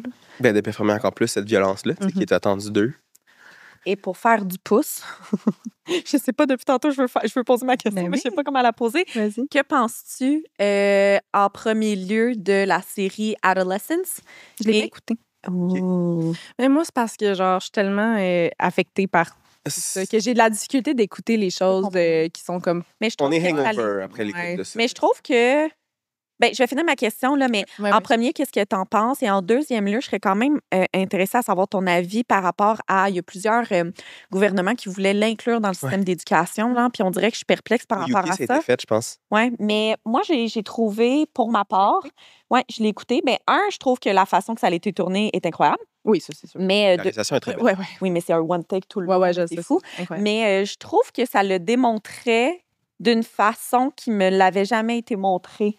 Je trouve que c'était très différent de d'autres Mhm. Positif ou réalisations. négatif? Positif. Ben, positif dans le sens c'est lourd à écouter, mais positif dans le sens que peut-être ça a sonné des cloches à certaines personnes, des cloches qui n'avaient jamais été sonnées, tu sais. Mhm. Mais oui, je reviens à ma question. Hein. Ben, je l'ai, d'un point de vue simplement de spectateur, j'ai aimé la série. La réalisation est absolument incroyable. Ouais, c'était fou. C'est vraiment bon. Avec ton background en télé et tout, t'as dit. Ben, ouais. Vu que je fais aussi la réalisation dans la vie, c'est sûr que j'ai comme porté attention. Puis c'est vraiment très bien fait. Pour le message, je trouve que c'est une bonne série qui vient sonner des cloches. Est-ce que c'est un outil pédagogique? Non. Est-ce qu'on peut le mettre en contexte pour les gens qui ont aucune des séquences? Oh my God, oui, on est parti. On est parti. Non, mais tu sais, juste remettre... 100%. Tu veux y aller ou tu veux que j'y aille? Vas-y, peut-être, j'ai peur de comme. On dirait depuis tantôt, j'ai peur. Je me sens Hey, que je m'assieds mais sur non. des Ah œufs. ouais. Faut Ben, gars, on va le faire ensemble, OK? En gros, c'est. Il y a un meurtre. Une OK, jeune femme. prochaine phrase. Non, mais une jeune femme adolescente est retrouvée malheureusement décédée et le témoin numéro 1 est un jeune homme de. Il y a quel âge, peut-être? 13, 14 ans? Ouais, c'est ça. Dans ces eaux-là. 13-14. Et. Oui, mais la C'est là série, qu'elle passe c'est là. un peu. Est-ce que, au début, on a l'impression que la série, c'est est-ce qu'il l'a commis, ce féminicide-là, ou pas? Puis après ça, on se rend compte que c'est une série sur qu'est-ce qui pousse les jeunes garçons à l'extrémisme, au masculinisme. Puis chaque épisode, c'est comme une perspective dans le temps sur un personnage un peu différent. Tu sais, le premier épisode, c'est vraiment sur le poste de police, il l'a-tu fait, la famille qui apprend ça. Au début, on n'est pas sûr si c'est lui qui l'a fait. C'est comme, c'est intense. Le deuxième, c'est à l'école. C'est pour moi l'épisode que j'ai trouvé le plus difficile. Je sais pas pour toi. Moi, la violence qu'il y avait dans cette école secondaire. Il y a de la violence dans les écoles. Il y a plein de Ouais, violence. il y a une hausse d'intolérance et de violence dans les écoles secondaires. Comme... C'est terrible. Mais c'est pour ça que c'est mon sujet de doctorat. Ouais. Ah, il y a un je vais- épisode. Il y a combien d'épisodes? C'est bon, 6? 4. 4. 4. Le troisième. Je me souviens plus c'est lequel, mais moi, c'est. Ouais, lui est fou, mais Tellement bon. moi, ce qui m'a le plus choqué, c'est son père. Choqué? Choqué, c'est le père de ce garçon-là. Pourquoi? Tous les comportements violents qu'il adopte Mhm. auprès de sa famille, auprès de ses réactions. Ça t'a pas choqué, ça? Moi, tout le long, j'étais comme, comme cet enfant-là, oui, avec l'école. Tu sais, l'école, tu passes tellement de temps là-bas, tu te façonnes en tant Ouais. que personne. Fait que oui, mais moi, je le voyais Mhm. aussi sur la façon qu'il avait été éduqué par son père, qui est très tough boy. Il pète des coches, il brise des choses, il est violent Mhm. verbalement avec sa femme. Je suis comme, mais comment il agissait, lui, avec son petit garçon? Ouais, il n'y a rien qui valide plus des comportements que de voir tes parents agir comme ça. Là. C'est vraiment intéressant que tu me partages ça. J'avais la lecture complètement inverse. Il va falloir le réécouter. Puis moi, Je vais aller l'écouter puis je vais tu vois, te moi, je l'ai pas. Je l'ai Oui, on a vu à besoin d'un arbitre. Je l'ai vu à l'école, mais depuis le début, je sais pas pourquoi, j'étais tout astiquée sur son père. Père. Tu sais, qu'il pogne fort, mais je pense que je vais le réécouter puis le regarder de ton point de vue. Ben, tu vois, il y a des comportements. On retombe dans l'inexcusable. Il y a des comportements, c'est vrai. Tout ce que tu as nommé là, c'est présent. moi, je l'ai plus vu comme il reçoit quelque chose qu'il ne sait pas comment dealer avec. Mhm. Cet homme-là Oh mon Dieu. a jamais su comment dealer avec ces émotions-là aussi fortes. Tu sais, comme tantôt, je parlais de moi, puis je disais, j'avais des mécanismes pour dealer avec mes émotions, puis à un moment donné, ils sont devenus ineffectifs parce que c'était pas la situation que je vivais, c'était trop grand. Je pense que cet homme-là vit quelque chose qui est tellement grand qu'il ne sait plus comment le dealer. Puis là, son corps, il réagit avec. Ben, d'habitude, quand je suis fâché, je fais dans quelque chose. On m'a appris à faire ça, puis là, il fait dans quelque chose, mais là, il se rend compte que ça l'aide pas. Il s'isole, ça l'aide pas. Je pense qu'on a l'exemple parfait d'un homme qui reçoit une charge émotive qui est pas capable de dealer avec, puis ça sort comme peu importe comment sa socialisation il l'a montré à le faire, Violent. de manière violente. Puis à l'inverse, je trouve que la série démontrait plus, puis ça, je trouve que c'est vraiment important, que le milieu familial n'est pas le seul milieu de socialisation. Non, ben non. Ouais. C'est sûr, là. Puis même qu'à un certain âge, il est moins proéminent que les pères à l'école, et c'est souvent vers 10, 11, 12, 13 ans Mhm. que le lieu... C'est sûr, L'éducation à la sexualité. ouais, c'est ça. C'est déjà tout ça, là. Oui. La tranche d'âge la plus susceptible de commettre une agression sexuelle, c'est 15 à 17 ans. Hey, c'est ça. Puis le taux de... Je retrouve d'où est-ce que j'ai pris cette statistique-là, mais ça m'a vraiment marqué, c'est que le taux de suicide chez les jeunes garçons devient le double vers ces eaux-là, le 11, 12, 13, 14 ans, à comparer les femmes. Parce que, justement, le système familial n'est plus le seul système. Fait que, tu sais, il y a souvent des gens qui vont venir me voir, des parents, qui disent « Ah, ben, tu sais, moi, j'inculque que les couleurs n'ont pas nécessairement de genre. » Puis ça, puis comme c'est vraiment important. Puis là, il vient de me voir, mais là, il revenait à année de l'école, puis là, il disait que le rose, là, il fait porter ça. Puis là, j'étais comme « C'est plate, mais there's so much ce que la famille peut faire. » À un moment donné, le système de l'école puis des pères devient plus grand. Puis c'est souvent là que les attentes de masculinité, on a beau pas les prôner à la maison, ils vont les vivre quand même. T'sais. Il y a une limite. Selon moi, c'est pour ça qu'il faut redoubler d'efforts à la maison pour comme Ouais. balancer le tout. Puis de comme. C'est que si les parents ils give up, Oui, non. de faut pas faire genre. Ah ben là, tu sais, pas qu'ils give up, mais tu sais qu'ils gardent le même, c'est un peu la même Ouais. chose, mais en voyant que comme à l'école, où est-ce qu'ils passent tellement de temps, il y a cette influence-là, c'est comme double down. Là. Genre, il faut comme Moi, je le vois encore plus. contrer le plus C'est possible. le système d'éducation qu'il faut revoir et revoir constamment et jamais se dire que c'est terminé. Ouais. tu sais. Ben, il y a des bons avancées dans le système d'éducation, là, honnêtement. Là, genre, on est vraiment en avance sur ben des places dans le monde, là, on s'entend. Ouais. Mais Tu devrais créer une formation puis aller le donner partout au Québec dans les écoles. est-ce que tu veux le faire en collaboration avec Oli? Ben, peut-être, parlons-en. Voilà! C'est parfait. Mais le pire, c'est qu'il faut des initiatives Oui. à l'école. Moi, il y a un modèle australien là, que je trouve absolument fantastique. Puis si vous voulez retrouver le sens de l'humanité sur les masculinités et les hommes, je vous conseille d'aller suivre ce compte-là. C'est The Men Cave. The Men Cave, c'est un projet australien où ils vont faire d'éducation des groupes non mixtes d'hommes, de jeunes garçons à l'école, puis ils détricotent cette masculinité-là. Wow, wow, wow. Ouais. Moi, je pleure souvent quand je les écoute. Je suis Oh. comme, je suis tellement content qu'il y ait des gens qui vivent ça. Ah, ben oui. Fait que oui, je pense que ça prend vraiment des initiatives importantes à l'école. Puis pour revenir à l'adolescence, je pense que c'est Oui. ça, ce message-là, c'est que on a beau faire l'éducation qu'on veut, malheureusement, les jeunes vont être mis devant des messages comme ça, tu sais. Puis je pense que la série, moi, comment je l'avais perçue, c'est que justement, on a beau avoir un milieu familial. Tu sais, le dernier, je veux rien spoiler, mais tu sais, ils sont sur le lit à la fin, puis là, ils jasent. Ouais. Là, c'est full touchant. Puis la dernière chose avec la toune d'Aurora. Vraiment braillé. Mon Dieu, quand j'ai fini, je vais faire un autre aparté. Quand j'ai fini cette série-là, c'était genre, je me suis tapé ça en une journée, là. Je sais pas pourquoi. Moi là. aussi, là. Gros C'était- débile. ouais. Faites pas ça, là. C'est vraiment, faut pas faire ça. Puis ça a fini sur une toune d'Aurora que j'aime vraiment beaucoup.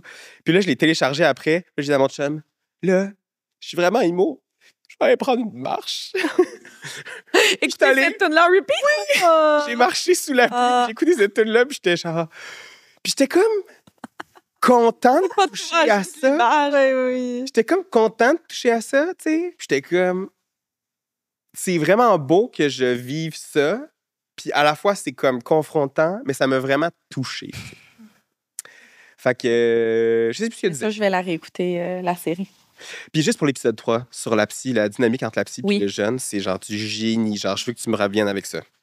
Est-ce que c'est important, toutes ces initiatives-là de visibilité dans les médias, pour pouvoir continuer à travailler sur les masculinités, les déconstruire? 100%. Je trouve que la discussion au Québec est même pas commencée autour des masculinités parce que je trouve qu'on en parle mal. je trouve que soit qu'on est juste dans la responsabilisation ou on est juste dans le fait d'excuser. Puis je pense qu'il faut être entre les deux. Puis aussi, là, c'est mon plus gros hot take. Moi, j'utilise pas masculinité toxique. Premièrement, du côté académique, parce que ça veut rien dire. C'est tout le temps rempli de stéréotypes ou de choses qui varient, mais c'est impossible de comprendre directement. Je suis pas en train de dire que les comportements masculins toxiques n'existent pas. Je dis juste que l'idée d'une masculinité toxique, ça enferme, puis ça réduit, puis même que pour le projet, je vais même plus loin dans mon mémoire, pour le projet féministe, c'est problématique d'utiliser ça parce qu'on est en train de rejeter le regard sur une masculinité extraordinaire qui existe, puis on est en train d'invisibiliser la masculinité dite banale, ce que Guillaumin parlait, une sociologue que j'aime beaucoup. Donc, quand on est en train de jeter notre regard là-dessus, on est en train d'oublier tout le reste des comportements masculins qu'il faudrait revoir et retravailler. Fait que, tu sais, on utilise beaucoup ce terme-là dans les médias. Je trouve qu'on le définit pas parce qu'on n'est pas capable. Ouais. Comment définir ça? Je veux dire, tout comportement rentre là-dedans. Fait que je pense qu'on a une éducation à faire au niveau du vocabulaire. Puis j'ai le même problème avec la masculinité positive. Ouais. Ça veut dire quoi? Non, c'est ça. Au final, les comportements peuvent être négatifs, positifs, toxiques, quoi que ce soit. Exact. Mais ça se rattache pas à comme une identité de notre masculinité. Là. Puis, tu sais, ce que je vais donner aux hommes qui ont des discours peut-être un peu réfractaires, là où je vais être d'accord avec eux, parce que tout est nuance, c'est je comprends qu'ils ne s'identifient pas dans cette masculinité toxique-là. Parce que, comme je disais tantôt, leur masculinité change à tous les jours. T'sais. Fait que comment ils sont avec leur mère? Ils sont sûrement pas toxiques avec leur mère. Peut-être qu'ils le sont. Puis là, arrêtez-moi ça. Premièrement, mon Dieu. Mais, fait que je comprends qu'ils ne s'envisagent pas là-dedans. Mais c'est un enjeu qui ne s'envisage pas dans leur masculinité socialisée. Il faut qu'ils prennent conscience de ça, puis des moments, puis des lieux. Un homme ne peut pas être dominant partout. Il y a des espaces dans lesquels il ne le sera pas. Fait que là, ça va comme dire « Ah, ben là, je ne suis pas toxique, je ne suis pas dominant partout. » Puis c'est vrai que tu n'es pas dominant partout, mais en majorité du temps, tu l'es. Dès qu'il y a une femme dans la pièce, tu l'es. Malheureusement, ça vient avec une responsabilité. Mais un des exemples que j'aime bien donner, tu sais, c'est que moi, je viens du Témiscamingue. Shout-out à tous les gens du Témiscamingue. Quel bel endroit sur Terre. Puis, tu sais, là-bas, par exemple, si je prends un homme qui joue au hockey, qui est agriculteur, chances are que dans la majorité des lieux, pas partout, mais au Témiscamingue, il va être dominant. Parce que là-bas, c'est le type de masculinité qui est reconnu, qui est valorisé. Si je prends cet homme-là, puis que je l'amène dans le département de socio à l'UQAM, avec les profs, qui est encore un boys club au sens où Martine Delvaux l'entend, mais il ne sera pas dominant. Parce qu'il ne sera pas capable de citer Bourdieu abondamment. Parce que la masculinité prend des critères différents. Les critères de masculinité changent partout, puis les hommes essaient de s'y adapter, puis quand ils ne sont pas capables, c'est là qu'il y a souvent des réponses violentes. C'est pour ça aussi que dans les masculinités prolétaires, donc dans des classes sociales où on est défavorisé, les comportements violents vont être plus grands. Parce qu'on va chercher vu qu'on n'a pas le bénéfice de l'argent, pour démontrer qu'on est en situation de pouvoir, on va la chercher de différentes manières. T'sais. Fait que les hommes qui n'ont pas accès au pouvoir de manière traditionnelle vont essayer de trouver d'une autre façon pour se réactualiser, pour, oui, être dominant puis avoir les privilèges, mais des fois, c'est pas juste pour être dominant puis avoir des privilèges. Des fois, c'est juste pour survivre. C'est très bien dit. Très, très, très bien dit. J'ai bien adressé. Sonny, Ça va être un bel extrait. Oui, c'était genre qu'une personne ne parle. Ah oui, c'est ça. Non, Sonny, notre plus gros enjeu au-delà du féminisme et tout ça, là, est de garder nos épisodes à 1 heure. On a vraiment de la difficulté. Mais on est C'est pour ça que j'ai rien dit encore. Oh mon Dieu, mais non, mais Tu reviendras. ça viendra. Avec plaisir. Sérieux. Définitivement, mais moi, j'ai genre plein de questions pour toi après. Fait que si on peut te voler un petit 15 minutes pendant notre lunch break. Bien. Non, j'ai genre une liste de C'est chiant pour les personnes, pour les auditrices. Dernière petite question. leur avis, mais j'ai envie de la changer. Ben, parfait. Vas-y. J'y vais? OK. Oui. On pose toujours une question plus ouverte, un peu plus réflexive, que je ne t'ai pas envoyée, et même je te l'ai envoyée, je la change à l'instant. OK? Aucun stress. Qui est la question Floravie de l'épisode, OK? Pour les personnes qui nous écoutent, pour les personnes qui se considèrent comme des hommes ou pas, là, au final, là, ça serait quoi la première chose que tu dirais à quelqu'un qui nous écoute, qui se dit « Hey, j'ai jamais réfléchi à tout ce qu'on a parlé durant l'épisode d'aujourd'hui, là. Et ça me tente de commencer à m'intéresser à ça, de me regarder dans le miroir, tu sais, quelqu'un qui est à case 1, là, qu'est-ce que tu lui dis? C'est quoi le conseil que tu lui donnerais pour commencer à se regarder soi-même, là? C'était-tu bien dit? C'était vraiment bien dit. Ouais, OK. C'était on top of my head. C'est vraiment une belle question. Tu as le droit de réfléchir. C'est vraiment une belle question, puis je trouve ça important de bien y répondre. J'y dirais que ce chemin-là n'est pas là pour lui faire du mal. J'y dirais que ce chemin-là n'est pas là pour le dépeindre comme un monstre. J'y dirais que ce chemin-là existe pour lui donner accès à plus, à mieux. Je dirais aussi que c'est pas... Tu sais, si ils ont juste entendu des discours de masculinité toxique, je leur dirais que c'est pas ça. C'est pas ça l'enjeu. C'est à la fois plus grand que ça, puis plus compliqué, j'avoue. Mais je dirais aussi de se poser... Moi, tu sais, une question que j'aime beaucoup, puis que j'ai parlé un peu tantôt, c'est dans quels espaces tu te sens masculin? Puis dans quels espaces tu sens que t'es pas masculin?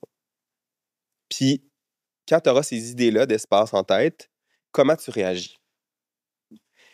Comment tu compenses? Réfléchis à ça. Puis je pense que juste ça, c'est une belle introduction à faire comme mes comportements changent. Puis je dirais, même si c'est des comportements violents qui doivent cesser, que je comprends pourquoi ils sont en place, mais qu'il faut changer ça. Ouais. Après ça, je pense qu'il y a beaucoup de choses à lire. Si on est des lecteurs, des choses à écouter, des séries si on est plus de ce type-là. Je pense aussi qu'il faut plus écouter les messages féministes qui concernent les femmes, parce que si on veut comprendre la domination, il faut comprendre aussi qu'est-ce qui est dominé, comment c'est dominé. Puis je pense aussi qu'il faut... Est-ce que vous êtes satisfait de vos relations? T'sais, êtes-vous satisfait de vos relations entre amis, avec vos chums de gars? Si ça va pas bien, est-ce que vous l'appelez? T'sais, est-ce que vous avez touché à ça, ce sentiment-là d'être vu? Parce que l'affaire aussi avec la masculinité, c'est que ça crée des murs tellement grands pour se protéger qu'on n'est plus vu. Puis ce sentiment-là d'être vu, c'est tellement beau et important que genre, je leur souhaite de toucher à ça. Mais ça va être messy, ça va être long, ça va être compliqué, ça va être confrontant, mais ça va tellement être plus beau de l'autre bord. Wow! I will Super cry. beau, vraiment un beau message. Je Ouais. vais l'envoyer à tous les hommes dans mon entourage. Puis à toutes les fois qu'il y a un monsieur cave qui va commenter nos extraits puis nos épisodes, je vais lui envoyer cet épisode-là. Y a-t-il autre chose que je peux ajouter? Oui. Parce que, tu sais, j'ai commencé à prendre un peu plus la parole. Je parlais un peu avant que je me sentais pas légitime parce qu'on dirait que j'attends d'avoir un doctorat pour parler. Je sais. Bon, bref, c'est mes propres Marie, enjeux. on devrait pas faire le balado, on n'a pas de doc. Ben non, c'est ça, je m'impose ça à moi-même, mais jamais j'aurais pensé ça pour quelqu'un d'autre, tu sais. En tout cas, bref. J'ai comme pris la parole plus dernièrement, puis je reçois des messages, tu sais. Puis il y a quelque chose que je veux comme adresser des gars qui écouteraient, puis qui, encore après avoir écouté l'épisode, seraient peut-être réfractaires. Tu sais, j'ai déjà dit... j'essayais de nommer... Tu sais, ce qui est problématique, c'est les normes rigides de masculinité. C'est que ce qu'on essaie d'imposer aux hommes comme étant... C'est quoi être un vrai homme? Ça n'existe pas, un vrai homme, premièrement. Puis, tu sais, souvent, dans des tribunes, j'ai dit, tu sais, comme par exemple, l'idée d'aller au gym ou tout ça. Je suis pas en train de dire qu'aller au gym, c'est problématique. Je suis pas en train de dire que d'avoir un pick-up, c'est problématique. Je suis pas en train de dire que d'avoir des comportements qui sont stéréotypés masculins, c'est nécessairement problématique. Je dis juste que si c'est obligatoire pour être un vrai homme, là, c'est problématique. Parce qu'il y a donc ben des gars qui ont slidé dans mes DM pour me dire, pas pour me cruiser, cette fois, parce que d'habitude, non, pas tant que ça, n'arrive pas tant que ça, mais bon. Bienvenue dans la communauté homosexuelle. Mais plus pour me dire, genre, hey, tu sauras que le gym, c'est pas toxique, il n'y a pas de lien entre le gym et la masculinité toxique. Puis, prendre soin de sa santé, c'est pas toxique en soi. Mais il y a des messages qui circulent dans ces lieux-là qui amènent à une masculinité rigide, puis ça, c'est problématique. T'sais. Fait que je suis pas en train de dire que vos comportements sont nécessairement toujours toxiques. C'est juste qu'il faut les réfléchir différemment. Très bon message. Et si tu avais une personne à nous recommander pour venir sur notre balado que tu trouves inspirante, on ouvre nos horizons. Quel nom que tu aurais en tête pour nous? Vous avez reçu vraiment plein de femmes que j'aime beaucoup. J'ai écouté l'épisode avec Kim Thuy. Il était-tu bon? Ah, mon Dieu, Hey, c'était excellent. excellent. Et parce On a eu que beaucoup de cet commentaires. épisode-là a duré, là, qui est disclaimer, tout le monde, 2h30. Il a fallu le couper parce que c'était comme, les gens nous aiment, mais pas assez pour nous écouter 2h30. J'ai tout Comprends? aimé. Ouais. Génial, Et- vraiment. Ben, je sais, elle est absolument Laïma, vous avez incroyable. reçu, Ah, Laïma. Laïma est que j'aime. Quelle femme Daphné, évidemment. extraordinaire. Ouais. Daphné. Mhm. Mais Ouais. toutes les femmes que tu viens de mentionner, là, s'expriment, et je dois l'avouer, c'est pas parce que tu es ici que je le dis, mais tu t'exprimes. Tu fais de l'escrime. Tu t'exprimes d'une façon impeccable, mais ces femmes-là également. Tu sais, que tu dis des. Je suis comme, moi, je serais jamais capable de penser aussi bien au fur et à mesure que je parle. C'est comme. Tu es extraordinaire. C'est l'image du canard. Tu sais, l'image des. Quand tu de l'eau, les pattes vont vraiment vite, là, mais c'est ça qui se passe moi, depuis un petit moment. Mais c'est aussi parce que c'est tellement un sujet délicat. Mhm. Ouais, tu T'sais, veux pas faire fausse route. Tu veux Non. Ben Mais oui. par contre, l'erreur est humaine. Puis moi, j'ai envie qu'on arrête de toujours shamer les gens parce que Ouais. des fois, on se trompe dans un mot, on se trompe dans une phrase. Tu sais, on peut demander à la personne, attends, c'était ça que tu voulais dire? La Ouais. personne va réaliser que, ah, merde, non, attends, là, excuse, Jean. Ben oui. Mais Non seulement ça, puis aussi le droit de faire des erreurs, Ben, puis oui. d'avoir l'intelligence de se faire call-in, puis de faire. C'est quoi, je vais réfléchir, puis je vais faire mieux. Bref. Mais là, on était sur. Oui, oui. Euh, tu Qui est-ce recommandes. qu'on je invite? recommande. Malgré notre grande liste de femmes. Oui, Vanessa DL aussi, que j'aime beaucoup, que vous avez reçu. Avez-vous Vanessa Destinée? Non. Je ne sais pas si elle accepterait, mais moi, Vanessa, je l'aime vraiment beaucoup. Probablement, elle a toujours été ma coach de genre, prends la parole, c'est vraiment important. Mais non seulement ça, elle est en train de. Elle a fait de l'École nationale de l'humour. Il y avait comme un programme pour les personnes noires racisées. Puis, elle a comme un message dernièrement qui, moi, me fait vraiment réfléchir où elle se réclame le droit à l'insouciance en tant que femme noire. Elle se réclame le droit à dire des niaiseries, puis pas toujours être dans le politique, puis dans l'éducation. Puis ça, je trouve ça malade. Puis moi, je veux qu'on lui donne le droit à dire des conneries, puis à être impertinente. Puis ça, je trouve que c'est des réflexions qu'on n'a pas souvent de comme... On attend des femmes, évidemment, ben, des hommes aussi, je dirais, là, mais comme on attend des gens d'être pertinents, puis non seulement mais aussi des femmes noires. Parce que quand elles prennent parole, c'est toujours pour dénoncer le racisme, puis toujours des choses super sérieuses. Puis moi, ce chemin-là qu'elle a en ce moment de comme se réapproprier les conneries, puis genre d'être... Ah, Je wow. trouve ça malade. Fait que si jamais elle accepte, je trouve que ça serait vraiment un beau sujet. On va l'inviter. On va la DM. On Ça va m'aide. l'aide dans ses DM à l'instant. Absolument. Merci beaucoup Ben, pour merci. ta participation. C'était super intéressant. J'ai adoré pour ton temps. J'espère que ça va t'inspirer à prendre la parole plus sur la sphère publique. On a besoin de personnes qui prennent la parole puis qui prennent le risque aussi. En qui sortent fait, de- Je comprends de pas pourquoi t'as pas été. Je te jure, je pensais à ça pendant l'épisode, t'as pas été invité à Tout le monde en parle. Tu devrais être à Tout le monde en parle. Mais il me semble que je te verrais comme. le canard. Mais aussi, Oui. je vais recevoir tellement... Puis là, je veux dire, les femmes en reçoivent tout le temps. Là, je suis qui pour dire ça, mais je sais que ça va être une réponse violente. C'est difficile. C'est pas que tu sois prêt à l'accueillir. C'est pas Ben, à toujours l'accueillir. facile, mais Ouais. c'est nécessaire. Mais- Je t'encourage vraiment beaucoup. Il y a déjà eu une discussion sur les masculinités, à Tout le monde en parle. Puis Mais c'était- Mais François Desrue-Dupuis était là. Francis Dupidéry est allé là. Ben, il a été invité last minute parce qu'il y a eu du backlash. Un autre Ouais. Genre, thank fucking Ça, God. c'est un autre sujet. Ouais. Il y avait aussi Michael Bergeron qui est allé parce qu'il y a un essai Cocorico sur les masculinités. Puis, mais ouais, bref. Lisez ça aussi, c'est une référence québécoise. Où est-ce qu'on peut te suivre pour tout ton futur contenu? Sur Instagram, c'est là qu'il y a mon petit Linktree, puis que je vais essayer de faire du contenu éventuellement. Là, je l'ai dit, fait que c'est comme... Allez l'encourager. C'est quoi? Allez tout dire à Sonia à quel point vous avez aimé l'épisode puis qu'on veut en savoir C'est quoi plus. ton nom Instagram? C'est Sonny Carp, CONYCARP. Ça, d'ailleurs, quand j'ai daté mon chum au début, il pensait que c'était Carpe pour Carpe Diem, puis cette idée-là me donne chaud. Et c'est parce que mon nom, c'est Carpentier. Fait que c'est pour ça. Fait que pensez pas que c'est... Ça Carpe m'aurait pas Diem. traversé Ça me- l'esprit. ça me fait- De voir- Ah non, moi non plus. Voilà. Puis je publie surtout des stories parce que ça, on dirait que j'aime le côté éphémère, mais des réflexions sur les masculinités quand même souvent. Puis j'ai un Substack aussi avec des textes.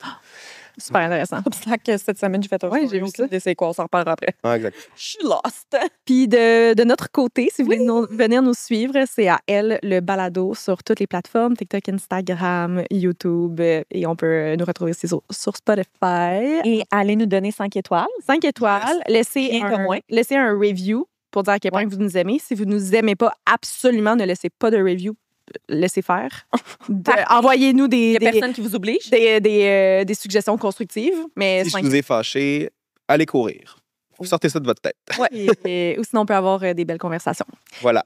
Puis, c'est ça. Aimez l'épisode, partagez-le à tous vos Personnes amis que vous et les connaissez. hommes dans votre entourage. Et sur ça, on se revoit la semaine prochaine, mercredi 10h. Merci beaucoup, Sonny, pour Merci ta à vous. participation. Bye tout le monde. Bye bye.